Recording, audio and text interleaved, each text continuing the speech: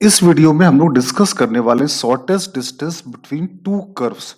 ये कॉन्सेप्ट आपको application of derivative 12th class में पढ़ाया जाता है कि दो कर्व के बीच की शॉर्टेस्ट डिस्टेंस कैसे निकाली जाती है। बहुत सारे बच्चों को ये सब निकालना आता होगा, बहुत सारे बच्चों को नहीं आता होगा।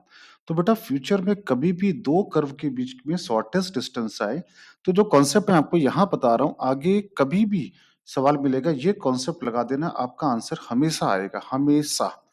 मान लो इस सवाल की हम बात कर रहे हैं कि इस सवाल में ये एक कर्व है पैराबोला। क्योंकि आप इस प्रॉब्लम तक आए हैं तो ऑब्वियस सी बात है कि आपको ये पता होगा कि इसको पैराबोला बोलते हैं और इसको यहाँ पर सर्कल बोलते हैं। करेक्ट है? यहाँ तक सबको समझ में आता है। मान लो आपको एक सर्कल और एक पैराबोला के बीच की शॉर्टेस्ट डिस्टेंस निकालनी है। तो मैं मान लेता हूँ ये सर्कल है और ये एज्यूम कर लेता हूँ कि ये पैराबोला है। तो दो कर्व, एक कर्व सर, मान लो कि एक कर्व है पैराबोला, एक कर्व है सर्कल। वैसे यहाँ पर इस क्वेश्चन के हिसाब से सर्कल और पैराबोला गिवन है। अदरवाइज दो सर्कल हो, एक पैराबोला हो, दो पैराबोला हो, पॉइंट और पैराबोला हो, एक लाइन और पैराबोला हो, कोई भी सवाल आ जाए, ये कॉन्सेप्ट जो यहाँ पे सिखाने वाले हैं, इस वीडियो को देखने के बाद आपके सारे डाउट एकदम क्रिस्टल क्लियर हो जाएंगे। तो कभी भी दो कर्व के shortest distance between two curve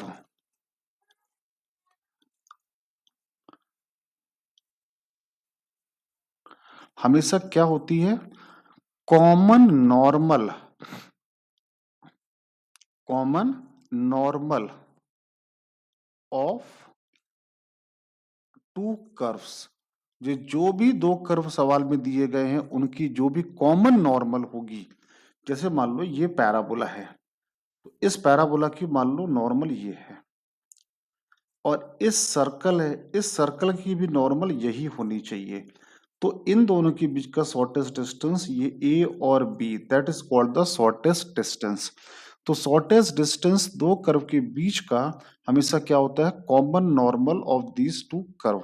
अगर हम इस पैराबोला की नॉर्मल लिखते हैं, सर्कल की नॉर्मल लिखते हैं और दोनों नॉर्मल सेम होनी चाहिए, आइडेंटिकल होनी चाहिए, उनको कंपेयर कर दें तो आंसर वहां से भी आ जाएगा। तो अब इस सवाल को हम लोग अगर स्टार्ट करें तो ये पैराबोला है। पैराबोला के ऊपर कोई भी पॉइंट हम लोग एज्यूम कर सकते हैं, क्योंकि आप यहां तक आए हैं तो आपको पैरामेट्रिक पॉइंट पैराबोला का लिखना आता होगा। अच्छा, पैराबोला का पैरामेट्रिक पॉइंट माने बगैर भी ये सवाल किया जा सकता है, लेकिन पैरामेट्रिक पॉइंट क्यों यूज करते हैं? ताकि क्वेश्चन थोड़ा आसान हो जाए। तो ये Y square equal to 4ax type का पैराबोला है। इसका पैरामेट्रिक पॉइंट अगर आप याद करें अपना 11th क्लास, तो पैरामीट्रिक पॉइंट होता है इसका 80 स्क्वायर कॉमा 280। मैं फिर कह रहा हूं, अगर आप पैरामीट्रिक पॉइंट अगर आपको लिखना नहीं आता तो ये पॉइंट आप x1 y1 एज्यूम करके भी आंसर निकाल सकते हैं, आंसर वहां से भी आ जाएगा। क्योंकि x1 y1 पॉइंट अगर आपने एज्यूम किए तो ये पॉइंट पैराबोला में रखे हैं, तो पैराबोला में सेटिस्फाई करा दो, एक इक्वेशन यहाँ से आ जाएगी और बाकी आगे भी सॉल्व हो जाएगा। फिलहाल इस सवाल को मैं पैरामेट्रिक से यहाँ पे सॉल्व कर रहा हूँ। तो a की वैल्यू कितनी है? 2 है, तो ये पॉइंट क्या हो गया? 2t square comma 4t। अपने डायग्राम के हिसाब से मैं इस पॉइंट को a बोल देता हूँ। It is a any point on this parabola. Correct है? अब हमको क्या निकालना है? इस पॉइंट ए पर पैराबोला के लिए नॉर्मल खींचनी है। अब नॉर्मल खींचने का तरीका क्या होता है? दिए गए कर्व का dy बाई डी एक्स कर दो। तो 2y y dash equal to 8, तो y डैश बराबर आ गया 4 upon Y at that point, तो एट पॉइंट ए। तो a की वैल्यू कितनी है? यहाँ पर, यहाँ पे y की वैल्यू क्या डालेंगे? 4t। तो ये आ गया 1 upon T, that is the slope of tangent. क्योंकि इससे तो वाई डैश है ना, स्लोप ऑफ टेंजेंट। तो स्लोप ऑफ नॉर्मल कितना हो जाएगा? That is minus T.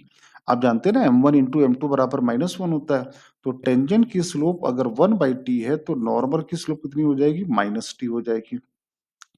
I hope clear है। अब ये जो नॉर्मल है, ये नॉर्मल इस सर्कल में भी नॉर्मल होनी चाहिए।